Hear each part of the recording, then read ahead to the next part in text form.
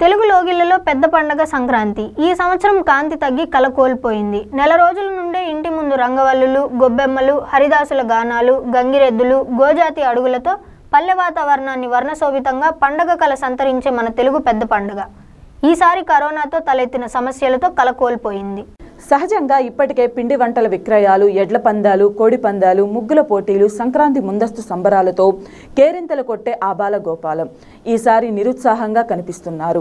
Covid సృష్టించిన ఆర్థిక మాంద్యం, పాఠశాలలు, కళాశాలలు పూర్తిగా తెరుచుకోకపోవడం, విపరీత వర్షాలు, అనుకోని నివార్ లాంటి తుఫానులు రైతింటి పండుగను పూర్తిగా కళతగ్గేలా చేసింది. ఏది ఏమైనా 2020 సంవత్సరం 2021 సంక్రాంతిని కాంతి తగ్గేలా చేసిందనడం మాత్రం నికార్సైన నిజం.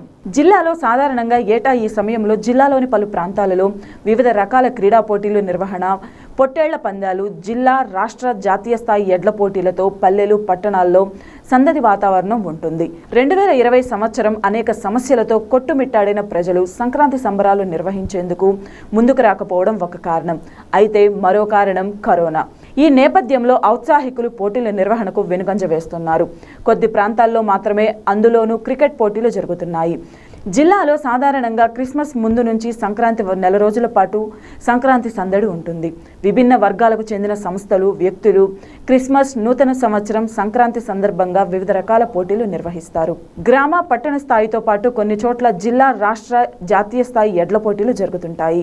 జిల్లాలోని కొండమంజులూరు, రావినూతల, కరవాది, పర్చూరు, అన్నంబొట్లవారిపాలెం వంటి చోట్ల పెద్ద ఎత్తున క్రీడలు, ఎడ్ల పందాలు, పొట్టేళ్ల పందాలు నిర్వహిస్తారు.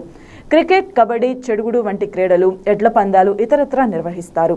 అలాంటిది కరోనా కారణంగా చాలా ప్రాంతాలలో ప్రస్తుతం వీటి నిర్వహణకు ఔత్సాహికులు వెనుకంజ వేస్తున్నారు. దీనితో జిల్లాలో ఎడ్ల పందాలు ఎక్కడ జరిగే సూచనలు కనిపించడం లేదు.